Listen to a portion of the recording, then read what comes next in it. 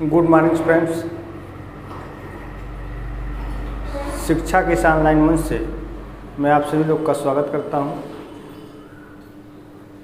जैसा कि इस समय हम लोग हिंदी पढ़ रहे हैं, हिंदी व्याकरण जो बहुत सी परीक्षाओं की दृष्टि से बहुत ही महत्वपूर्ण है, जैसे यूपी पुलिस हो गया, कांस्टेबल, यूपी बीएड एंट्रेंस, उसके अलावा अन्य शिक्षक भर्ती की परीक्षाओं की दृष्टि से यह बहुत ही महत्वपूर्ण टॉपिक है। तो उसी के कड़ी में आज हम लोग शब्द पढ़ेंगे कि शब्द क्या है, शब्द के कितने भेद हैं, कौन कौन से शब्द होते हैं, इन सब के बारे में हम लोग पढ़ेंगे, जो कि यह परीक्षा की दृष्टि से बहुत ही महत्वपूर्ण होने वाला है। तो आइए हम लोग स्टार्ट करते हैं नया टॉपिक शब्द से। इसके पहले पिछली क्लास में हम लोग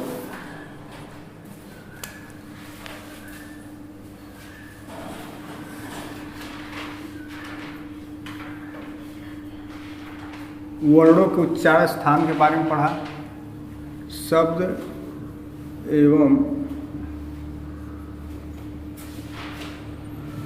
शब्द के भेद।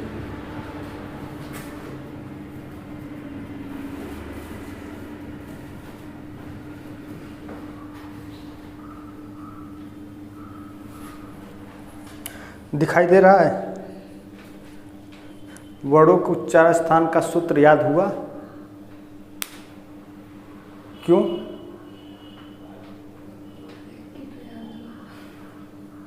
तुम्हें याद हुआ? नहीं याद हुआ? क्या नहीं किए?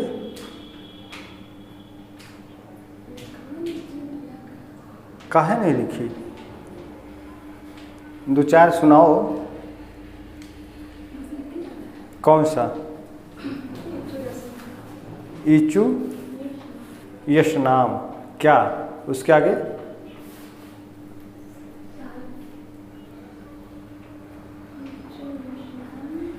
तालु, है ना? आइए, अरे 4 5 6 याद कर लो भाई, कम से कम याद हो जाएगा। ठीक, इसके पहले के सब याद है?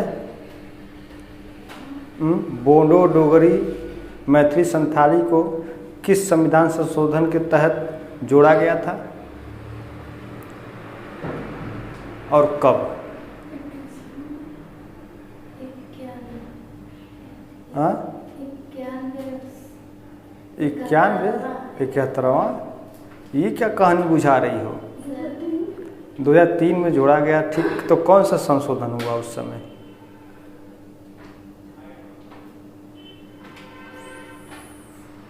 बताओ। हाँ, 92वां संविधान संशोधन 2003 के तहत जो है कि इन 4 भाषाओं को जोड़ दिया गया। तब कुल भाषाओं की संख्या कितनी हो गई? 22 हो गई, है ना? ठीक, तो वर्णों का उच्चारण स्थान याद है? आई। आई का उच्चारण स्थान क्या होगा? आई का उच्चारण स्थान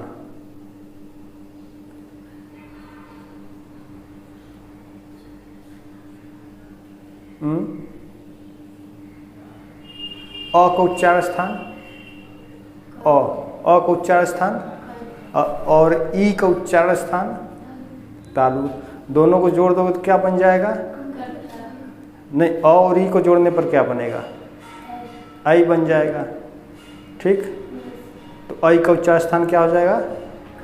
कंठ तालु हो जाएगा, या कंठ और तालु हो जाएगा, कंठ प्लस तालु हो जाएगा। तो ये सब तो हम सब बता दिए थे, इतना सरल रूप में बताए, फिर भी तुम लोग नहीं पढ़ रही हो। कैसे काम होगा अंकिता? ये तो अभी नमूना है, पूरा पिक्चर भी बाकी है। हाँ, अभी तो ये मान लेते हैं कि केवल एंट्रेंस की दृष्टि से बताया जा रहा है। परीक्षा की दृष्टि से बताया जाएगा तो और थोड़ा सा डीपली बताया जाएगा और उसके बारे में विस्तृत बताया जाएगा, तब कैसे होगा? अभी तो एक तरीके से मान के चलिए कि परिचय हो रहा है, सतही ज्ञान के बारे में बताया जा रहा है। अब जब परीक्षा की दृष्टि से और जो है कि इंटरनल चीज़ें बताई जाएगी, थोड़ा डीपली बताया जाएगा, तो उस समय कैसे हो पाएगा? धीरे धीरे धीरे धीरे किसी चीज़ को पढ़ते रहेंगे तब होगा ना। आइए अब हम लोग शब्द के बारे में पढ़ते हैं, शब्द एवं शब्द के भेद। तो शब्द क्या होते हैं? शब्द क्या होते हैं? तुम लोग बताओ, ऐसे ही टूटा फूटा जो भी आता हो, गलत सही बताओ, शब्द क्या होते हैं?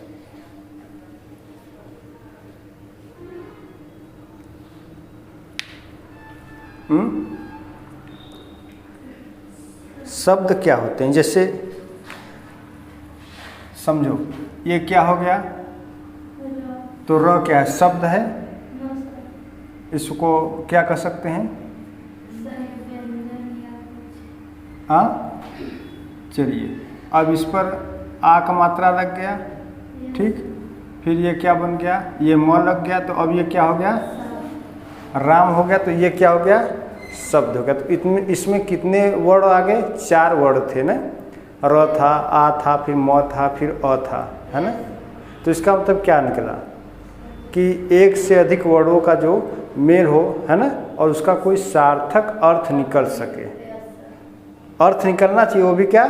सार्थक निकलना चाहिए। तो वो क्या हो जाएगा? शब्द हो जाएगा, है ना। तो इसमें देखा जाए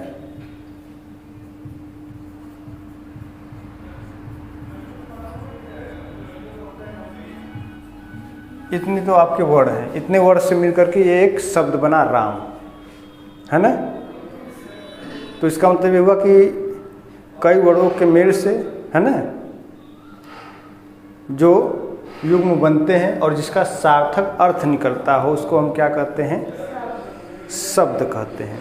तो हिंदी व्याकरण की दृष्टि से या भाषा की दृष्टि से देखा जाए तो शब्द एक बहुत बड़ी पावरफुल चीज़ होती है। शब्द का जितना ज्ञान होगा उतना ही अच्छी तरीके से समझ सकते हैं हम लोग हिंदी को या किसी अन्य भाषा को।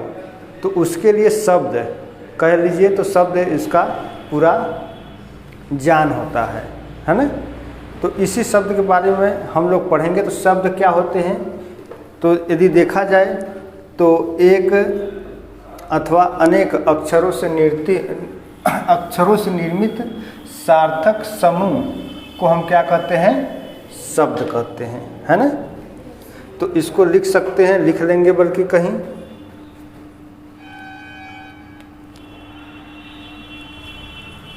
यहाँ से दिखाई दे रहा है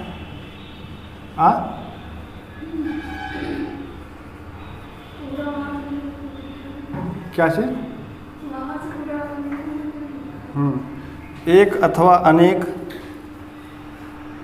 अक्षरों से निर्मित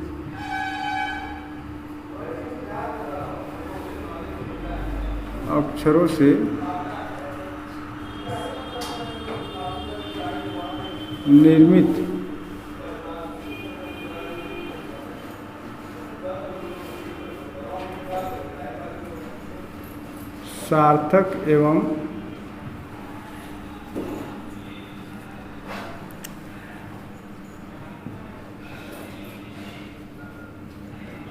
स्वतंत्र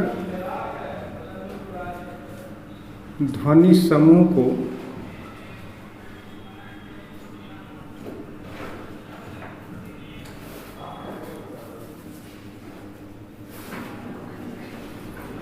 शब्द कहते हैं। यहाँ तक दिखाई दे रहा है?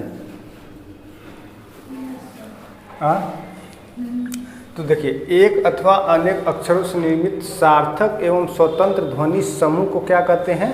शब्द कहते हैं। वास्तव में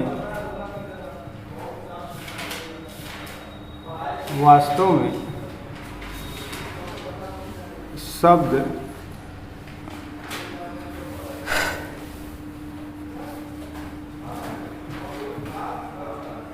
एक अथवा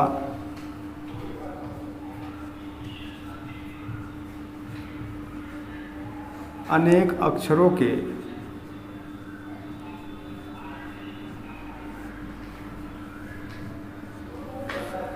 समूह से बनते हैं।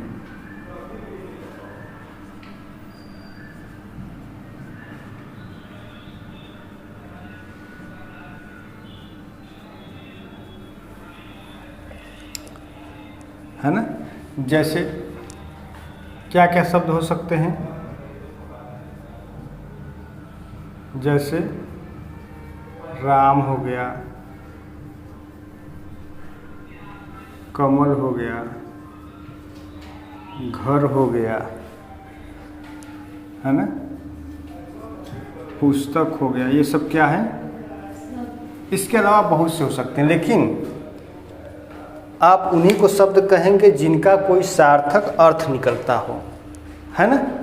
जैसे राम का एक अर्थ है कि राम एक आदर्श पुरुष है, इनको भगवान का भी दर्जा दिया गया, तो ये क्या निकल रहा है, इसका एक कोई ना कोई अर्थ निकल रहा है। कमल, तो कमल एक पुष्प है। घर क्या है, तो घर एक आवास है। पुस्तक है ना, ज्ञान का भंडार है। तो इनका कोई ना कोई क्या निकल रहा है, अर्थ निकल रहा है। यदि इन्हीं को जैसे कमल को हम मकल कर दे, है ना, कमल को मकल कर दें, तो ये भी तो एक शब्द हुआ, लेकिन इसका कोई सार्थक अर्थ निकल रहा है, नहीं निकल रहा है, इसलिए यह शब्द नहीं कहलाएगा। शब्द उसी को कहेंगे जिसका कोई ना कोई सार्थक अर्थ निकलता हो, उसी को हम क्या कहेंगे, शब्द कहेंगे। इतना बात समझ में आ गया। शब्द क्या होते हैं, है ना। शब्द एक अथवा अनेक अक्षरों से निर्मित सार्थक एवं स्वतंत्र ध्वनि समूह को हम शब्द कहते हैं, है ना। वास्तव में जो शब्द होते हैं वो अक्षरों का क्या होता है, एक समूह होता है ना। जैसे राम हो गया, कमल हो गया, पुस्तक हो गया, विद्यालय हो गया, है ना। ये सभी क्या है, एक प्रकार के ये सभी शब्द ही हैं, है ना, जिनका एक सार्थक अर्थ निकल रहा है। तो ये हो गए शब्द। अब इसके अलावा देखिए शब्द के भेद हैं, है ना।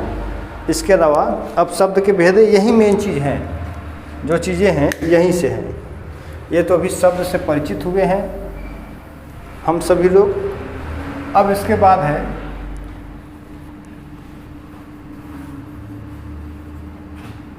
शब्द के भेद, ठीक है। तो ये जो शब्द के भेद है, ये मुख्य रूप से जो शब्द होते हैं ये दो प्रकार के होते हैं, ठीक है ना। कितने प्रकार के होते हैं, दो प्रकार के होते हैं। कौन कौन से,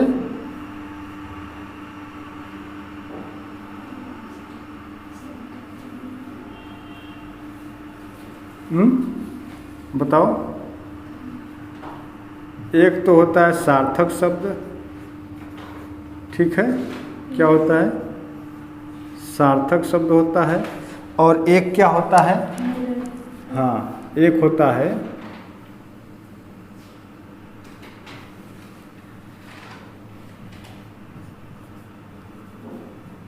निरर्थक शब्द, ठीक है। तो शब्द के कितने भेद, शब्द के दो भेद, एक सार्थक शब्द और एक निरर्थक शब्द। तो सार्थक शब्द क्या होते हैं,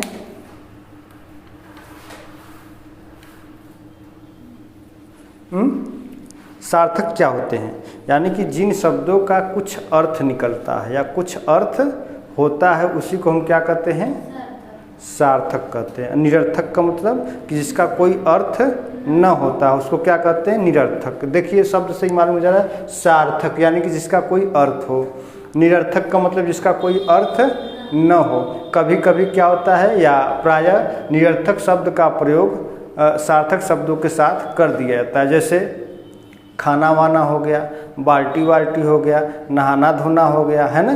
तो नहाना सार्थक हो गया, खाना सार्थक हो गया, उसके साथ वाना जो लगा है वो क्या है, निरर्थक शब्द हो गया। तो कभी कभी क्या होता है, या कह सकते हैं कि प्रायः बोलचाल की भाषा में निरर्थक शब्दों का प्रयोग सार्थक शब्दों के साथ ही किया जाता है ना। तो ये हो गए सार्थक शब्द और ये निरर्थक शब्द हो गए। इसके अलावा अब इनके जो भेद हैं, है ना, अब इनके देखिए भेद है, सार्थक शब्द के भेद। तो अब सार्थक शब्द के भी भेद आ जाएंगे। तो देखिए एक तो हो जाएगा आपका रचना के आधार पर, या इसी को कहते हैं बनावट, ठीक ना। क्या कहते हैं, बनावट के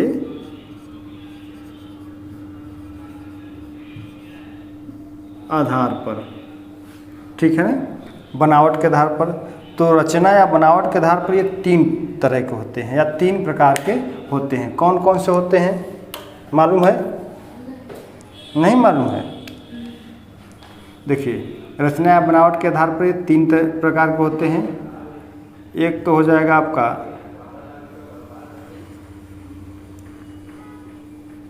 रूढ़ शब्द,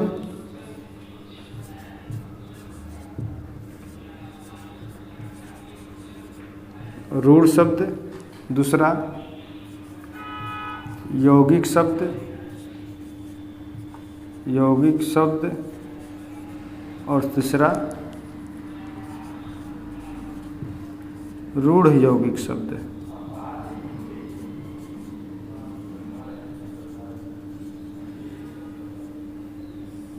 पहले हम शब्दों का विभाजन कर लेते हैं, फिर उसके बारे में जानते हैं। ये हो गया। अब छोटा पड़ जाएगा क्या? अब इसके बाद आइए, तो रचना या बनावट के आधार पर हो गया, फिर उत्पत्ति के आधार पर हो जाएगा, है ना? ये आपका बनावट के, रचना या बनावट के आधार पर ही। अब इसके बाद मैं इसी के नीचे ही लिख दे रहा हूँ। ये पहला हो गया रचना या बनावट के आधार पर। दूसरा हो जाएगा, ये सार्थक शब्दों में ही चल रहा है ना। दूसरा हो जाएगा आपका उत्पत्ति के आधार पर, उत्पत्ति या इसी को कह सकते हैं जन्म के आधार पर। ठीक ना? क्या होता है, कभी कभी पूछ लेगा उत्पत्ति के आधार पर, कभी कभी पूछ लेगा जन्म के आधार पर। शब्द कितने प्रकार के होते हैं तो वहाँ पे दिक्कत हो सकता है, इसलिए हम सब कुछ इसी में जितने भी पूछे जा सकते हैं लिख दे रहा हूँ। तो उत्पत्ति या जन्म के आधार पर देखिए, ये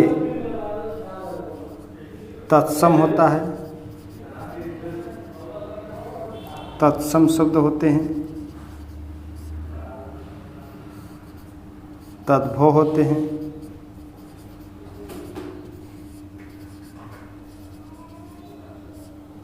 देशज होता है,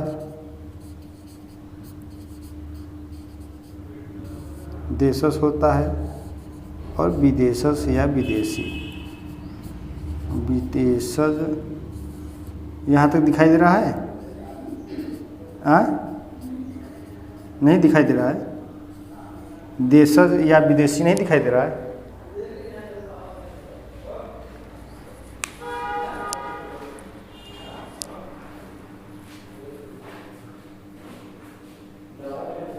इसको ऐसे टच कर दिया करो। चलिए, अब यहाँ से दिखाई दिया।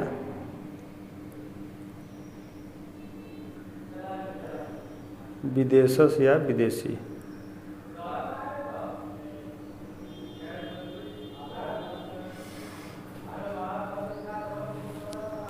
ठीक, देखिए इसका ये कितने हो गए?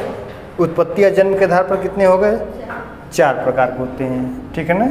ये मुख्य रूप से 4 प्रकार के होते हैं, लेकिन एक 5वां प्रकार भी दे देता है, वो होता है संकर, है ना?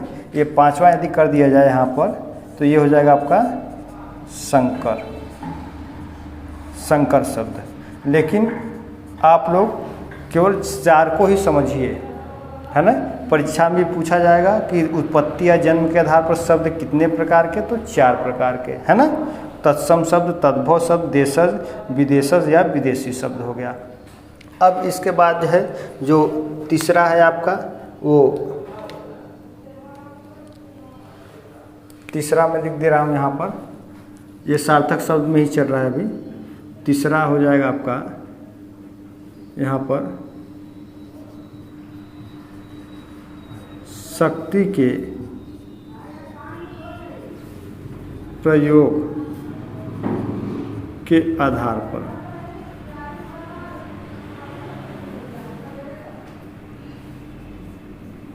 है ना? ये हो गया तीसरा। तो शक्ति के प्रयोग के आधार पर देखिए, तो इसमें आपका आ जाएगा अभिधा, लक्षणा और व्यंजना। ठीक है ना, अभिधा, लक्षणा और व्यंजना, ये 3 प्रकार के हो जाएंगे, शक्ति के प्रयोग के आधार पर हो गया। अब इसके बाद इसका अगला विभाजन कर देंगे चौथा, इसी में इसका जो चौथा हो जाएगा, तो चौथा विभाजन आपका हो जाएगा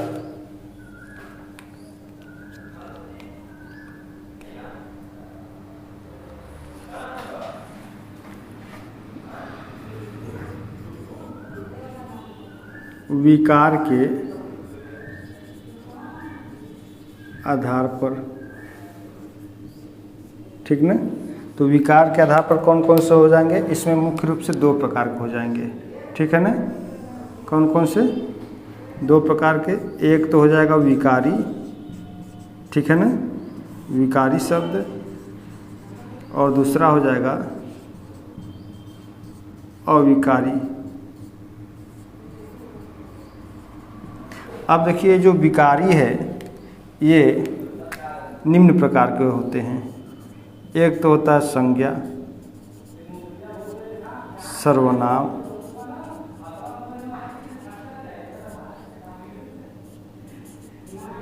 विशेषण और क्रिया, ये 4 प्रकार के होते हैं। ठीक है ना, संज्ञा, सर्वनाम, विशेषण और विशेषण दिखा है ना, विशेषण। तुम लोग ध्यान नहीं देते हो ना। अच्छा ठीक, संज्ञा, सर्वनाम, विशेषण और क्रिया हो गए। ठीक, अब ये जो अविकारी होते हैं ये भी 4 प्रकार के होते हैं।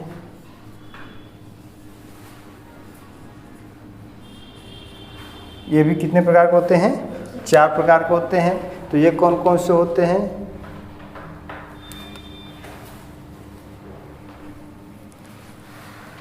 देखिए, तो ये आपका होता है क्रिया विशेषण। दिखाई दे रहा है कि उसमें नहीं दिखाई दे रहा है?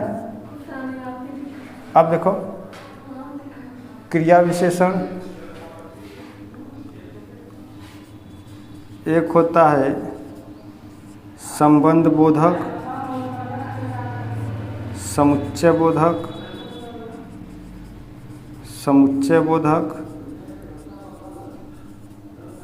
और जो तीसरा होता है वो होता है आपका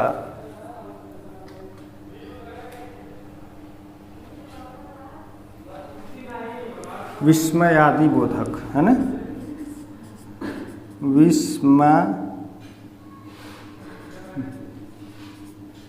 विस्मयादि बोधक। ठीक है, तो ये शब्द के क्या हो गए, भेद या प्रकार हो गए। ठीक है, तो हमने सार्थक शब्दों को देखा, तो रचना या बनावट के आधार पर, उत्पत्ति या जन्म के आधार पर, शक्ति के प्रयोग के आधार पर, अभिधा, लक्षणा, व्यंजना, विकार के आधार पर, विकारी शब्द और विकारी शब्द। तो विकारी में संज्ञा, सर्वनाम, विशेषण, क्रिया हो गया, और विकारी में क्रिया विशेषण हो गया, संबंध बोधक, समुच्चय बोधक और विस्मयादि बोधक, है ना, विस्मयादि बोधक। अब इसके बाद एक और प्रकार होता है, ये देखिए सभी सार्थक शब्द होंगे, निरर्थक का कोई वो नहीं है यहाँ पर। ठीक ना, निरर्थक शब्द का कोई यहाँ पर कोई विभाजन नहीं है। जितने भी विभाजन किए गए वो सभी सार्थक शब्द के आधार पर किए गए हैं। एक होता है अर्थ के आधार पर, यदि 5वां को ले लिया जाए तो अर्थ के आधार पर हो जाएगा। ठीक ना, अर्थ के आधार पर, है ना, तो अर्थ के आधार पर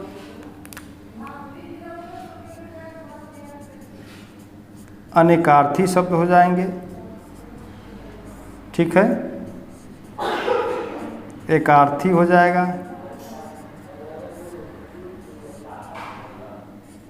पर्यायवाची आ जाएगा,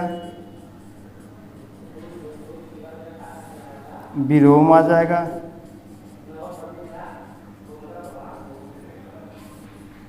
ठीक ना। तो ये देखिए आपका हो गया शब्द के भेद। तो शब्द के भेद में हम लोगों ने ये जाना कि शब्द के मुख्य रूप से दो भेद होते हैं। पहले यहाँ इधर ध्यान दोगी, है ना। मुख्य रूप से इसके दो भेद होते हैं। एक तो सार्थक शब्द होता है और दूसरा निरर्थक शब्द होता है ना।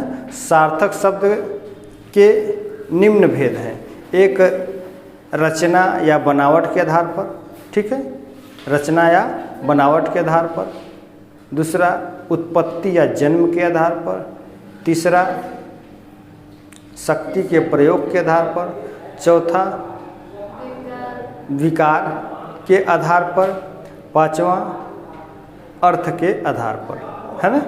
तो यहाँ पर हमने देखा कि रचना बनावट के आधार पर मुख्य रूप से तीन प्रकार के, रूढ़ शब्द, यौगिक शब्द और रूढ़ यौगिक शब्द, ये तीन तरह के होते हैं, ठीक है। उत्पत्ति या जन्म के आधार पर तत्सम, तद्भव, देशज और विदेशज, ये चार होते हैं। कुछ लोग इसको संकर भी मान लेते हैं। संकर का मतलब जो मिश्रित होता है ना, जो हिंदी और किसी अन्य भाषा से मिलकर के बना होता है। जैसे कह दिया जाए रेलगाड़ी, तो रेल क्या है, अंग्रेजी है, और गाड़ी क्या है, हिंदी है। तो ये दो शब्दों से मिलकर के बना है जो मिश्रित रूप से हैं अलग अलग भाषाओं से, तो ये क्या हो गया, संकर शब्द हो जाएंगे, ठीक है ना। तो ये मुख्य रूप से चार ही होते हैं। पांचवा कहीं कहीं पे दिया रहता है कि एक संकर शब्द भी होता है, लेकिन मुख्य रूप से चार होते हैं। फिर उसके बाद शक्ति के प्रयोग के आधार पर देखिए अभिधा, लक्षणा, अव्यंजना। अभिधा क्या होता है कि सीधी बात कह देना, किसी भी बात को सीधे तरीके से कह देना या अपने मन की बातों को सीधे तौर पर प्रस्तुत करना, उसी को क्या कहते हैं, अभिधा कहते हैं। लक्षणा क्या होता है, एक तरीके से कि मुहावरा होता है, लोकोक्ति होता है, या कह सकते हैं कि जहाँ पे जो कि असंभव जैसा प्रतीत होता हो, है ना। अभी इसके बारे में सब डिटेल से बताया जाएगा, फिलहाल में भी परिचय करा रहे हैं। फिर विकार के आधार पर आ जाएगा आपका, तो विकार के आधार पर आपका एक विकारी होगा, एक अविकारी। विकारी में संज्ञा, सर्वनाम, विशेषण, क्रिया होंगे, और अविकारी में क्रिया, विशेषण, संबंध बोधक, समुच्चय बोधक, विस्मय आदि बोधक, ये हो जाएंगे। क्योंकि अभी यहाँ पे देखिए अब एक अव्यय भी होता है ना, संज्ञा, सर्वनाम, क्रिया, विशेषण और अव्यय, ये चीज़ें होती हैं। तो ये जो अव्यय होता है ये अविकारी शब्द होता है ना, जिसमें विकार उत्पन्न नहीं हो सकता है, उसी को हम क्या कहते हैं, अविकारी कहते हैं। तो अव्यय में कोई भी विकार नहीं हो सकता है, तो अविकारी को ही हम क्या कहते हैं, अव्यय भी कहते हैं, है ना। और विकारी यानी कि जिसमें विकार उत्पन्न हो सकता है, तो इसमें संज्ञा, सर्वनाम, विशेषण और क्रिया हो गए। अब इसके बाद अर्थ के आधार पर तो अनेकार्थी, एकार्थी, पर्यायवाची, विलोम हो गए। एक अनेकार्थी का मतलब जहाँ पर एक ही शब्द के कई अर्थ निकलते हों। एकार्थी का मतलब जहाँ पर एक शब्द के केवल एक ही अर्थ निकलते हो। पर्यायवाची का मतलब उस शब्द से मिलता जुलता हुआ दूसरा शब्द जो होगा वो उसका वो पर्यायवाची हो जाएगा। विलोम का मतलब ठीक उसका विपरीत हो जाएगा, तो वो क्या हो जाएगा, विलोम शब्द हो जाएंगे। इतना बात समझ में आ गया? कोई दिक्कत? कोई दिक्कत हो तो बताओ, नहीं है दिक्कत, चलिए अच्छा। और आप लोग भी यदि इसका स्क्रीनशॉट लेना चाहते हैं तो ले सकते हैं। थोड़ी देर में मैं हट जा रहा हूँ।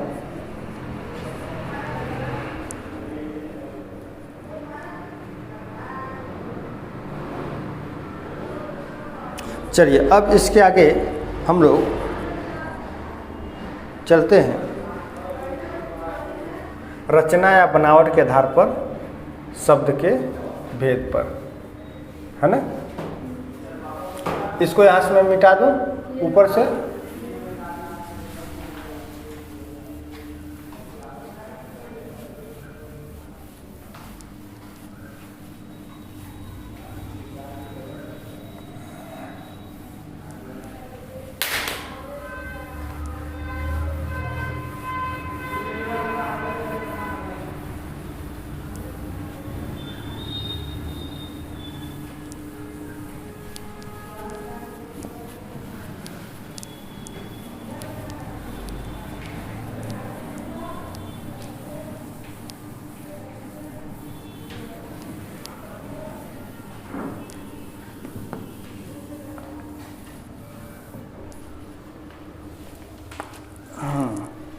आइए अब हम लोग देखते हैं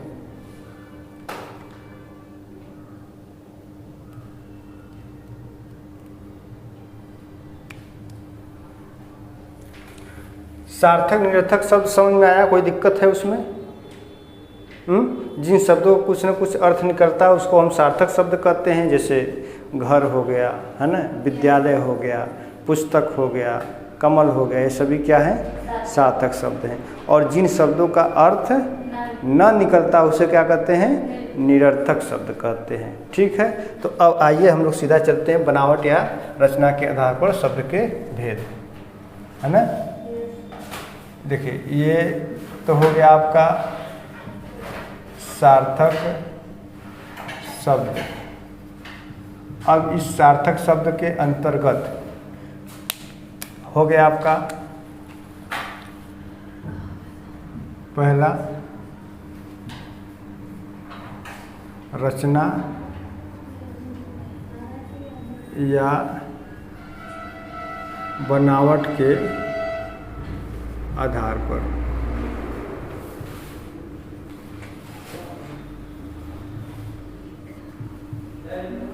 ठीक है, रचना या बनावट के आधार पर देखिए कितने प्रकार के होते हैं। इसमें पहला जो होता है रूढ़ शब्द होता है। ठीक है, अच्छा रूढ़ शब्द क्या होते हैं? रूढ़ शब्द क्या होते हैं?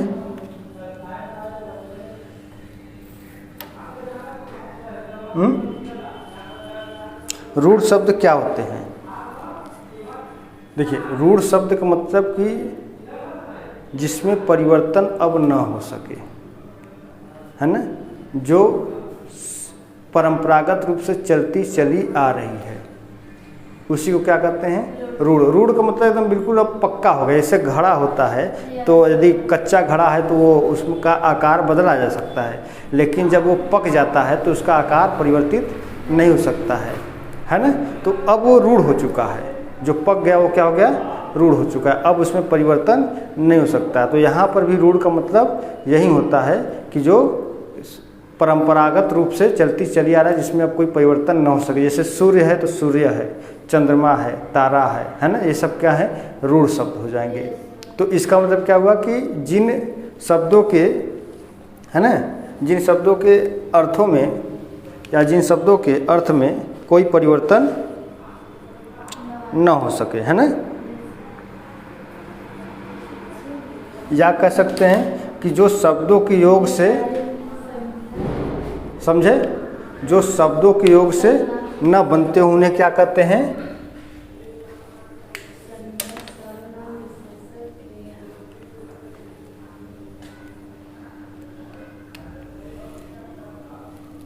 देखिए जो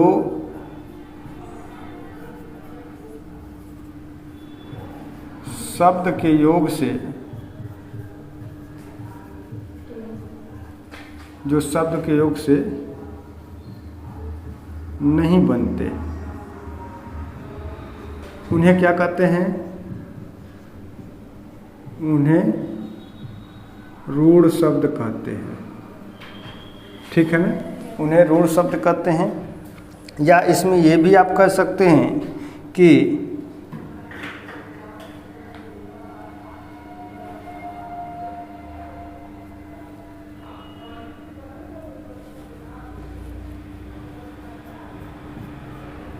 जो शब्द हमेशा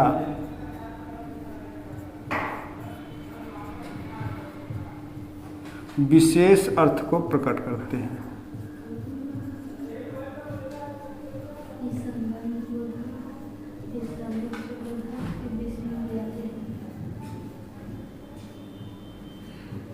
ठीक है ना, जो शब्द हमेशा विशेष अर्थ को प्रकट करते हो और उनके खंडों का कोई अर्थ न निकले, कोई अर्थ न निकले।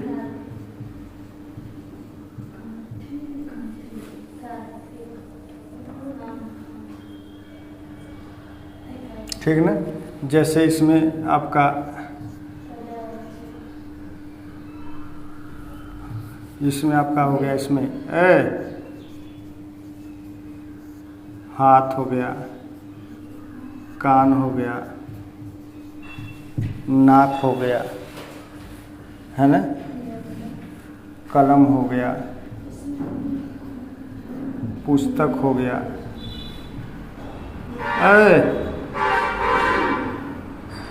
अब क्या हो गया, तुम लोग को हल्ला करने लगी? हाँ, देखिए रूढ़ शब्द है ना, इसको पहचानने का देखिए एक नियम बना लीजिए कि जैसे कोई शब्द दिया है, उनको यदि हम तोड़ दें, है ना, उनको हम क्या कर दें, तोड़ दें, और दोनों का अर्थ निकल जाए तो समझिए कि वो सार्थक, अरे वो रूढ़ शब्द नहीं है। बात समझ आया? जैसे कोई शब्द मिल जाए और उनको हम दो भागों में तोड़ दें और उन दोनों खंडों के कोई अर्थ निकल जाते हैं तो ये समझ लीजिए कि वो रूढ़ शब्द नहीं है। समझ में आ रहा है कि नहीं? ध्यान से देखो, समझना। यहाँ पर जैसे हाथ हो गया, है ना, हाथ, इनको यदि दो भागों में तोड़ दिया जाए तो एक हा हो जाएगा, एक थ हो जाएगा, यही हो सकता है ना, यही ना। तो न इसका कोई अर्थ है, ना इसका कोई अर्थ है। जैसे नाक हो गया तो इसका भी दो शब्द, दो खंडों में तोड़ दिए तो इसका भी कोई अर्थ नहीं निकलेगा। लेकिन यदि विद्यार्थी हो जाए, क्या हो जाए, विद्यार्थी यदि हो जाए तो इसको दो खंडों में तोड़ दिया जाए तो विद्या धन अर्थी हो जाएगा। इन दोनों का अर्थ निकल जा रहा है, तो यानी कि अब ये रूढ़ शब्द नहीं है ना। जैसे विद्यालय हो गया तो विद्याधन आलय, ठीक है, विद्यालय मतलब विद्याधन आलय, उनका भी एक शब्द, दोनों खंडों का अर्थ निकल रहा है, तो वो क्या होंगे, रूढ़ शब्द नहीं होंगे। बात समझ में आ रहा है कि नहीं? पहचानने का कि ये रूढ़ शब्द है। जैसे घर हो गया तो घर क्या है, रूढ़ शब्द हो गया, है ना। सूर्य क्या हो गया, रूढ़ शब्द हो गया। चंद्रमा क्या हो गया, रूढ़ शब्द हो गया, है ना। यानी कि उन शब्दों का हम खंडन कर लें, यदि उनका अर्थ न निकल पाए उन खंडों का, तो समझिए वो रूढ़ शब्द है। और उन खंडों का अर्थ न निकल पाए तब वो रूढ़ शब्द है। यदि उन खंडों का अर्थ यदि निकल जा रहा है तब यानी कि वो रूढ़ शब्द नहीं है। यही बोला था इसके पहले, कुछ अलग बोल दिया था, उल्टा बोल दिए थे। चलिए कोई नहीं, तो एक बार फिर से सुन लीजिए कि यानी कि हम शब्दों के खंडों को अलग अलग कर दें और उन खंडों का कोई अर्थ निकल जाता है तो यानी कि वो रूढ़ शब्द नहीं है। यदि उन खंडों का अर्थ नहीं निकलता तो वो क्या है, रूढ़ शब्द हैं। जैसे हाथ, कान, नाक, कलम, पुस्तक, सूर्य, चंद्रमा, तारा, घोड़ा, गाड़ी, ये सभी क्या है, रूढ़ शब्द हैं। बात समझ में आ गया? पूछा जाता है कि निम्न में से कौन सा रूढ़ शब्द है, कौन सा रूढ़ शब्द नहीं है, ठीक है। अब देखिए, अब इसके बाद दूसरा जो है वो है आपका यौगिक। दूसरा क्या है, यौगिक। यौगिक शब्द, ठीक है। अब यौगिक क्या होते हैं? देखिए, जो शब्द के योग से नहीं बनते उन्हें क्या कहते हैं,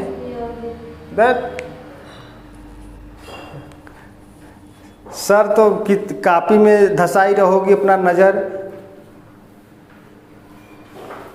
अब अक्सर बोल दोगी, जो मन करेगा वो बोल दोगी। यौगिक हो गया, रूढ़ हो गया, उसी में हम भी कन्फ्यूजन में हो जाते हैं। बंद करो सब कापी उपी, बाद में लिखना।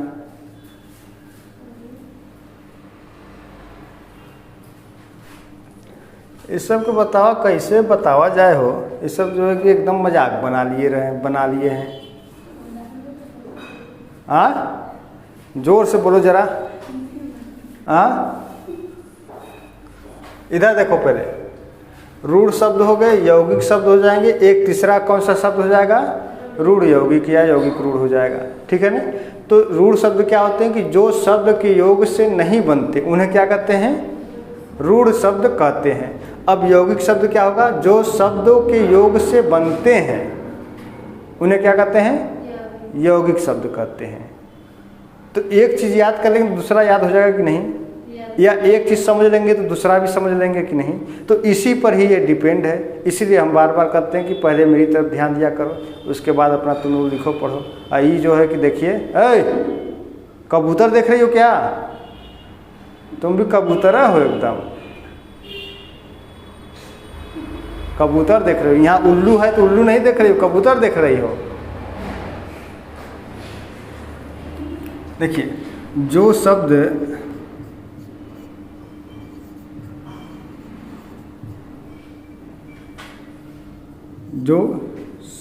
के योग से बनते हैं, ठीक, उन्हें यौगिक शब्द कहते हैं।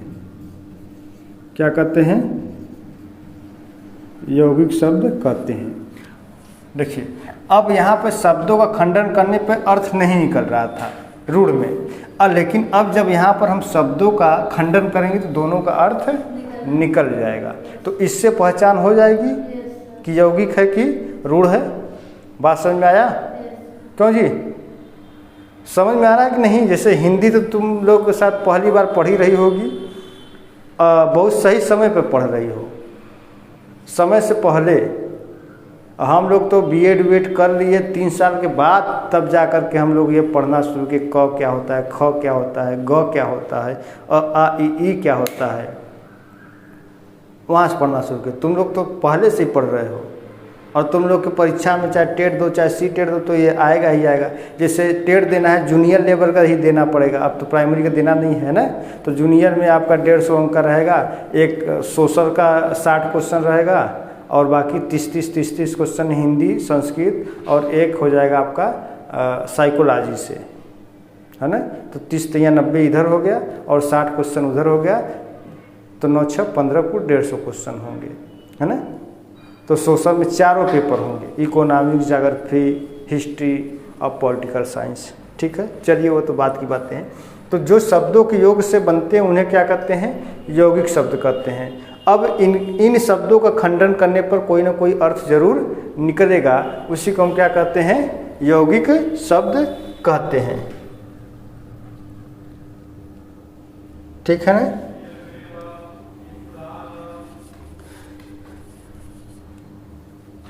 देखो, अब यहाँ लिखा है कि जो शब्द हमेशा विशेष अर्थ को प्रकट करते हैं और उनके खंडों को कोई अर्थ न निकले, इन शब्दों में या इन शब्दों का खंडन करने पर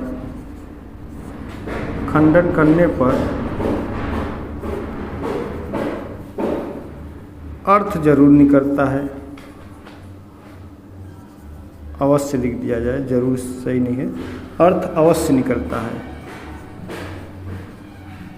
ये देखिए, पहचानने का एक नियम है, ठीक ना।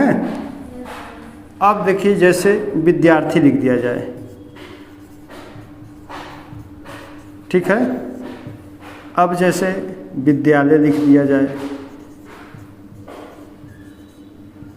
ठीक। अब जैसे छात्रावास लिख दिया जाए, इन सब का अर्थ निकलेगा। तो इसको यदि तोड़ा जाए तो विद्याधन अर्थी हो जाएगा, ठीक। इसको तोड़ दिया जाए तो विद्याधन आलय हो जाएगा। इसको तोड़ दिया जाए तो छात्रधन आवास हो जाएगा, ठीक। तो देखिए, विद्या धन अर्थी, ठीक है। तो इसका भी एक सार्थक अर्थ निकल रहा है, इसका भी निकल रहा है, दोनों को निकल जा रहा है, ठीक है। तो विद्यार्थी कौन सा शब्द हो गया? यौगिक हो गया। बात समझ आ रहा है कि नहीं? अब यहाँ देखिए, विद्यालय हो गया तो विद्याधन आलय, है ना। आलय का मतलब घर होता है, निवास भी, हाँ, आलय मतलब घर, जहाँ पे विद्या का जो घर है उसी को क्या कहते हैं? विद्यालय कहते हैं, ठीक है। तो ये हो गया विद्यालय। छात्रधन आवास, जहाँ पे छात्र निवास करते हैं या रहते हैं उसको क्या कहते हैं? छात्रावास कहते हैं। तो इन दोनों को क्या हो रहा है, अर्थ निकल रहा है। बात समझ आ रहा है कि नहीं? ओए अब भूलोगी नहीं ना? चलो बताओ। चंद्रमा, अरे चंद्रमा, घर,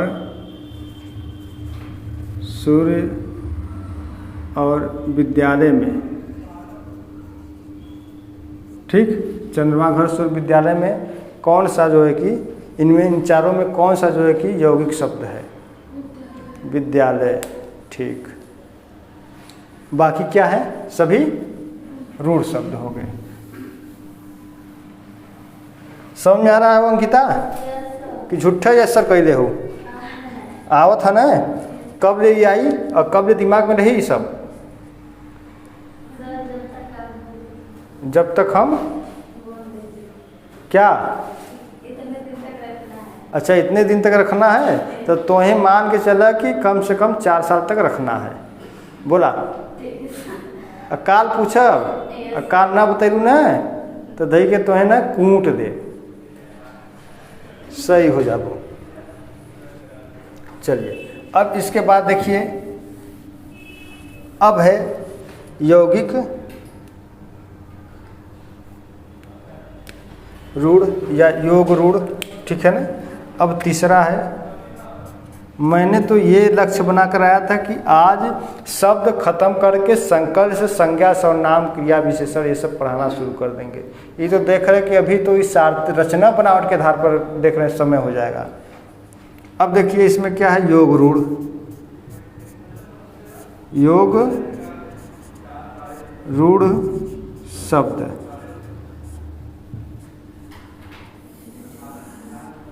अच्छा धीरे धीरे पढ़ा रहे हैं, जैसे तुम लोग लगा था कि बड़ा तेज पकड़ ही लेते हो जा। जैसा तुम लोग यहाँ पे समझोगे पकड़ोगे वैसे हम बताएंगे जी। अब ऐसे पढ़ाने क्या मतलब हुआ कि बस आए हम पढ़ा के निकल जाए, कुछ बात समझ में आए न आए?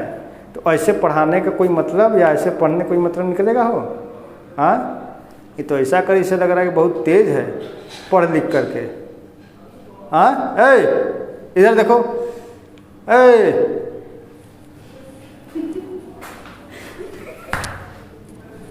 इधर देखो तो ये योग और ये रूढ़ है। ये रूढ़ कौन सा शब्द है? अरे अक्षर है। इसको क्या बताया गया था व्यंजन में? इसको ये कौन सा व्यंजन है? ये कौन सा व्यंजन है? बताओ, तुम बताओ जी, बोलो। हाय देखो अंतस्थ है। ये जो रूढ़ में लगा है कौन सा व्यंजन कहलाता है? यह पढ़ी, अच्छा याद आ रहा है लेकिन आ नहीं पा रहा है। क्यों जी? याद आ रहा है लेकिन आ नहीं पा रहा है, तो कैसे याद आ रहा है? मूर्धा, वाह भाई वाह। हम उच्चारण स्थान नहीं पूछ रहे हैं। जैसे स्पर्श व्यंजन होता है, अंतस्थ व्यंजन होता है, ये तो व्यंजन के प्रकार है। स्पर्श है, हाँ वाह भाई वाह। द्विगुण व्यंजन का नाम सुनी कभी जीवन में? अच्छा ध्यान नहीं दिए, वाह भाई वाह। ऐसे ही तुम लोग ध्यान नहीं दे रही हो। देखी हो, जहाँ एक शब्द न पता हो कि क्या कौन सा, सॉरी, जहाँ पे एक व्यंजन न पता हो कि ये कौन सा व्यंजन है, अकर एक धीरे धीरे आप पढ़ा रहे हैं।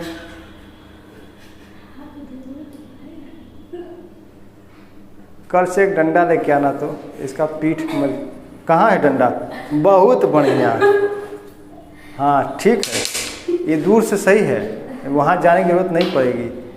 अब बोली ना, खट से मारेंगे सही हो जाओगी तुरंत। चलिए अब योग रूढ़ के बारे में बात करते हैं।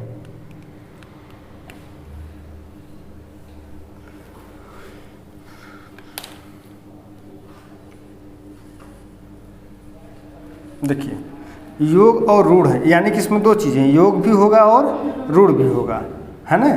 तो योग रूढ़ का मतलब क्या हुआ? देखिए यहाँ पर क्या है, जो शब्द के योग से नहीं बनते हैं उन्हें रूढ़ शब्द कहते हैं। जो शब्द हमेशा कोई विशेष अर्थ को प्रकट करते हैं, ठीक ना। और यौगिक का मतलब जो दो या दो से अधिक शब्दों से मिल करके बनते हैं। तो ये लिख सकते हैं कि दो या दो से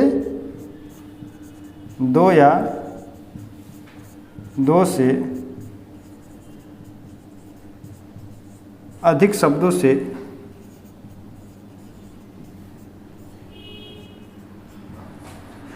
से मिलकर बनते हों,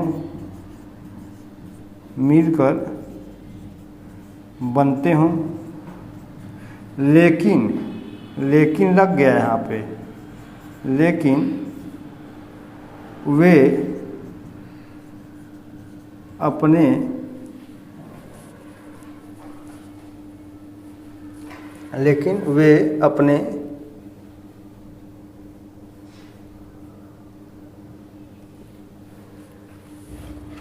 अपने सामान्य अर्थ को छोड़कर,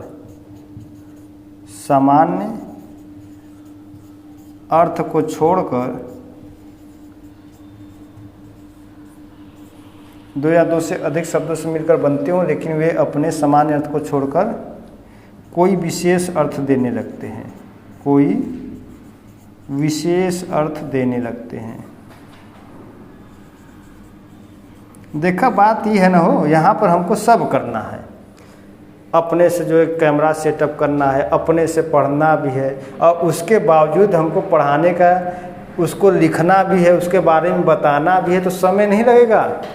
अब ये कोई स्मार्ट बोर्ड थोड़ी कि पहले से सब कुछ मैटर फीड कर दिए, बस आए और खटाखट इसके बारे में बता दिए। बताने के तो वैसे भी बता देंगे, जब तुम लोग का ही एक ठो व्यंजन नहीं पता चल पा रहा है, कई दिन से पढ़ाए, क्यों जी?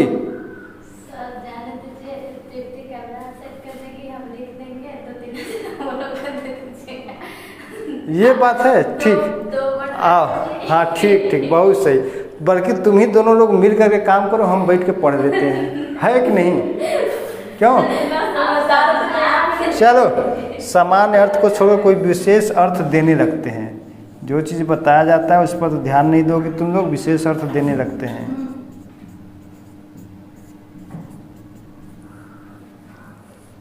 ठीक है। अब देखिए, इसमें दो शब्द हो गए, योग भी है, रूढ़ भी है। योग का मतलब क्या है कि जो दो या दो से अधिक शब्दों से मिलकर बनते हैं, और रूढ़ का मतलब क्या है कि यह विशेष अर्थ को प्रकट करता है। तो वही चीज़ यहाँ पे लिखा गया है, कोई अलग चीज़ नहीं लिखा गया है। कोई अलग चीज़ लिखा गया है कि दो या दो से अधिक शब्दों से मिलकर बनते हों, लेकिन वे अपने सामान्य अर्थ को छोड़कर कोई विशेष अर्थ देने लगते हैं। वही चीज़ लिखा गया है। योग का मतलब जो शब्दों के योग से बनते हैं उन्हें यौगिक शब्द कहते हैं, और रूढ़ का मतलब कि वे शब्द विशेष अर्थ को प्रकट करते हैं। ठीक ना? वही चीज़ यहाँ पर ये लिखा गया है। इन्हें क्या कहते हैं? योग रूढ़ कहते हैं। यानी कि शब्दों के योग से बनेंगे और अपने समान अर्थों को छोड़कर कोई विशेष अर्थ या कोई तीसरा अर्थ देने लगते हैं, उसे हम क्या कहते हैं? योग रूढ़ कहते हैं। इसके नीचे दिखाई देगा यदि लिखेंगे तो। अब देखिए, जैसे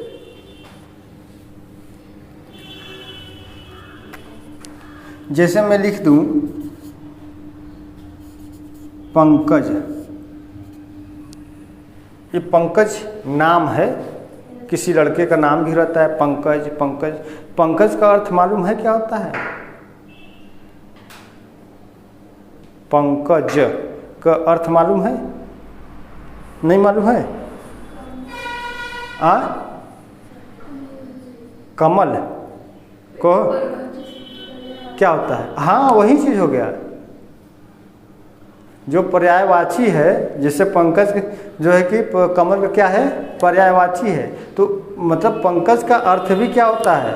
कमल ही होता है। ठीक ना? हाँ, ये चीज़ है। अब देखिए कैसे होता है। इसको दो भागों में तोड़िए। एक हो जाएगा आपका पंख, एक हो जाएगा ज। पंख का मतलब पंख नहीं, पंख। पंख का मतलब महासागरी निक्षेप के अंतर्गत बताया गया था कभी पंख उंक के बारे में, उज के बारे में। तो पंख क्या होता है? पंख का मतलब कीचड़ होता है। ठीक ना, क्या होता है कीचड़। और ज का मतलब जन्मा या जन्म लेने वाला, ज का मतलब जन्मा, जन्म देने वाला नहीं, हाँ नहीं, जन्मा या जन्म लेने वाला या उत्पत्ति हो गया इसका। तो जो कीचड़ में जन्म लेता है उसे क्या कहते हैं, क्या कहते हैं उसे, बोलो। हाँ, पंख का मतलब कीचड़, ज का मतलब जन्मा। तो जो कीचड़ में जन्म लेता है उसी को हम क्या कहते हैं, कमल कहते हैं। क्या कहते हैं, कमल कहते हैं। अब देखिए कीचड़ में तो इसके अलावा भी बहुत कुछ जन्मते हैं, जैसे सिंघाड़ा हो गया, है ना, ऐसे जोंक हो गया, जोंक देखियो कि नहीं, जोंक, वो भी कीचड़ उचड़ में रहते हैं, है ना। तो क्या इनको भी आप पंकज कर सकते हैं, हाँ। तो ये एक विशेष अर्थ दिया गया है, यहाँ पे लिखा गया है कि वह अपना कोई विशेष अर्थ प्रकट करता है। तो हालांकि कीचड़ में तो जोंक भी पैदा हो जाते हैं, है ना, सिंघाड़ा भी होते हैं और अन्य घास होते हैं, कुछ जीव जंतुएं होती हैं, तो उनको आप कमल नहीं कह सकते हैं, है ना। वो एक विशेष अर्थ कमल पंकज के लिए ही प्रयुक्त होता है। अब इसके अलावा एक शब्द हो गया जैसे जलद, जलद, ठीक है, जलद नाम सुने कि नहीं, जलद का। तो जलद मतलब जल को देने वाला। तो जल को देने वाला कौन,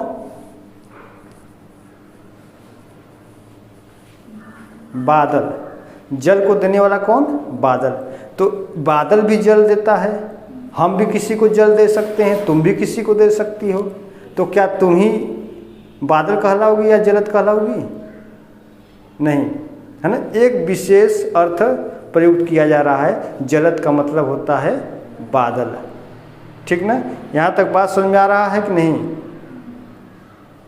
तो जलद का मतलब, जल का मतलब जल, द का मतलब देने वाला, द का मतलब देने वाला। तो जल को देने वाला क्या होता है, बादल, उसी को हम क्या कहते हैं, जलद। एक होता है जलज, है ना, जलज, वो क्या होता है, ज का मतलब जन्मा, जल का मतलब जल, तो जो जल में जन्मा, ठीक। चलिए, एक होता है नीरज, नाम सुने कि नहीं नीरज का। तो नीर का मतलब, नीर का मतलब देखो यही सब शब्द है, कई तो बता दिए हम। नीर का मतलब पानी, जल का मतलब पानी, तो ज का मतलब जन्मा, नीरज यानी कि नीर मतलब पानी, ज का मतलब जन्मा। तो जो पानी में जन्मा, जो नीरज है वही जलज है, वही पंकज है।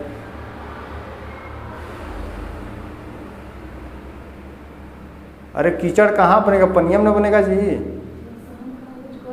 वो बड़ी लगी तुरंत सोचने, ऐसे लग रहा है कोई रॉकेट साइंस बता दिए क्या, ऐसे लग रही सोचने, हाँ ये क्या। तो यहाँ एक ही शब्द हैं जो पर्यायवाची के रूप में प्रयुक्त हो रहे हैं, उसके एक अपना विशेष अर्थ निकल जा रहा है। जलज का अर्थ अलग है इधर, ठीक है ना। अब देखिए, अब जितने भी बहुव्रीहि समास होंगे, ठीक ना, जितने भी बहुव्रीहि समास होंगे वो सभी क्या होंगे, लगभग प्रायः सभी क्या हो जाएंगे, ये योग रूढ़ शब्दों में आएंगे। जैसे दशानन, क्या, दशानन, दशानन लिख दिया जाए, यहाँ से दिखाई दे रहा है नहीं, दशानन, है ना। चतुरानन, चतुरानन, चतुर्भुज, चतुर्भुज, नीलकंठ, कौन सा कंठ, नीलकंठ। बताओ दशानन किसे कहते हैं, चतुरानन किसे कहते हैं, चतुर्भुज किसे कहते हैं, नीलकंठ किसे कहते हैं, बताओ जी। नहीं मालूम। दशानन को दो भागों में तोड़ दो, देखो यहीं पर है जो है, इसी ये चीज़ आ गया तो तुम्हें पर्यायवाची में दिक्कत नहीं होगा, विलोम में दिक्कत नहीं होगा, समास में दिक्कत नहीं होगा। यदि ये शब्द ही हम नहीं पकड़ पाएंगे, नहीं समझ पाएंगे, तब तो सदैव ये दिक्कत प्रॉब्लम बनी रहेगी। और इधर देखो, दशानन, दशानन में 10 धन आनन क्या हो जाएगा?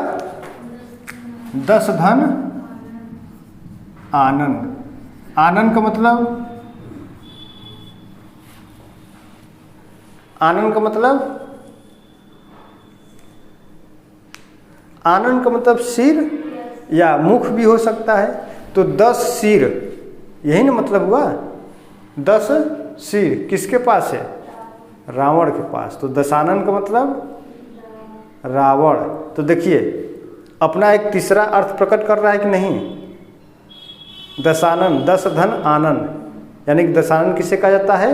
रावण को कहा जाता है। अब उसी प्रकार से चतुरानन, चतुरानन, हाँ, चतुर्धन आनन, यानी कि जिसके 4 मुख या सिर हैं। कौन कौन है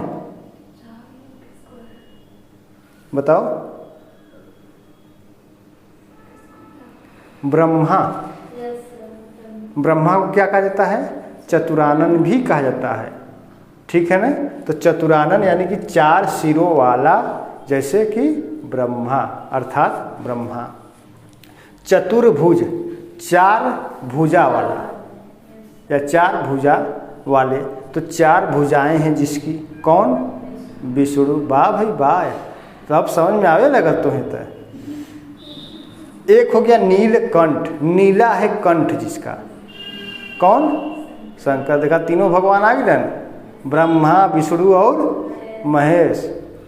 और देखा जाए तो इन्हीं तीनों लोगों को आज के वर्तमान समय में देखा जाए तो संवैधानिक रूप से व्यवस्थापिका, न्यायपालिका, कार्यपालिका के नाम से जाना जाता है।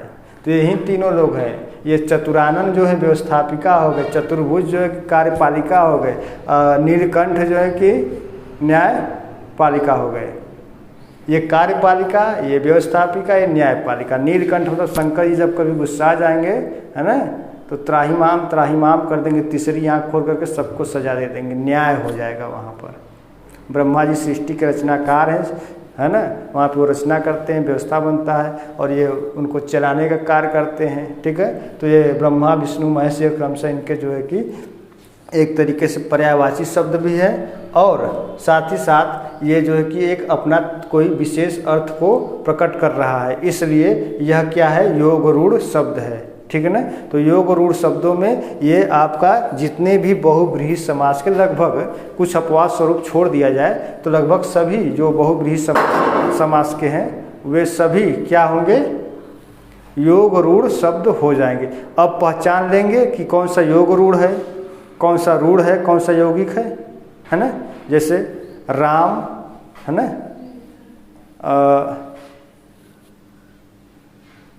राम को छोड़ दीजिए, घर हो गया, है ना, हाथ हो गया और कान हो गया और पंकज हो गया। इनमें कौन सा जो है कि रूढ़ शब्द नहीं है?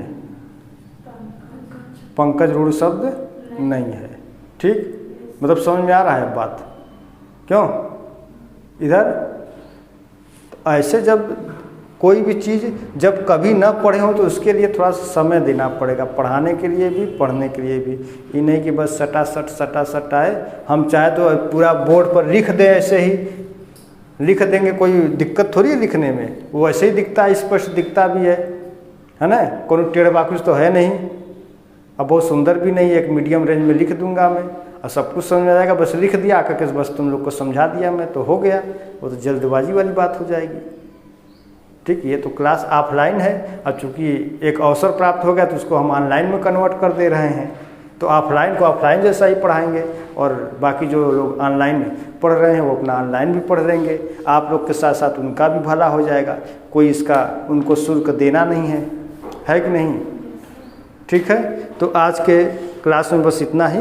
अब इसके आगे हम लोग कल इसके आगे से यानी कि जन्म या उत्पत्ति के आधार पर पढ़ेंगे। कौन कौन से होते हैं जन्म या उत्पत्ति के आधार पर शब्द, कौन कौन से होते हैं अभी बताए हैं ना? देखा? वाह भाई वाह। कौन कौन से होते हैं बताओ जी। हाँ, ये जन्म या उत्पत्ति के आधार पर तत्सम, तद्भव, देशज, विदेशज, एक ठो क्या आ जाएगा उसी में, शंकर भी आ जाएगा, लेकिन शंकर को तो छोड़ दिया जाए। तो कद तत्सम तद्भव बताएंगे, कद तत्सम तद्भव वहीं पर ख़त्म कर देंगे, आगे उसके नहीं बताएंगे। और तत्सम तद्भव को पहचानने में जो दिक्कतें होती हैं कि ये तत्सम है कि तद्भव है, कल एक सरल तरीके से बता दूंगा। कितना याद करेंगे तत्सम तद्भव को? 1500 याद कर सकते हैं, 200 याद कर सकते हैं, 400 याद कर सकते हैं, है ना। लेकिन उसके कुछ पहचानने के नियम होते हैं तत्सम के तद्भव के, वो नियम मालूम हो जाएगा तो तत्सम तद्भव पहचान लेंगे। ठीक है, फिर उसके बाद धीरे धीरे पढ़ते रहेंगे, धीरे धीरे ज्ञान में वृद्धि होती रहेगी, आपका विकास भी होता रहेगा। अब ऐसा नहीं कि बस इकट्ठा कोनो घोर के हम पियाई दें कि तो लोग ज्ञानी बन जाए एकदम, हमके पढ़ावे लगत जाए। 9 तारीख तक संधि पढ़ा दें। आज क्या तारीख हो गया? बस तो कल यही तत्सम तद्भव को थोड़ा सा डिटेल में बताऊंगा, उसके बाद बस ऐसे ही समझा दूंगा सबको। ठीक है ना। फिर उसके बाद संज्ञा सर्वनाम नहीं पढ़ना है। हाँ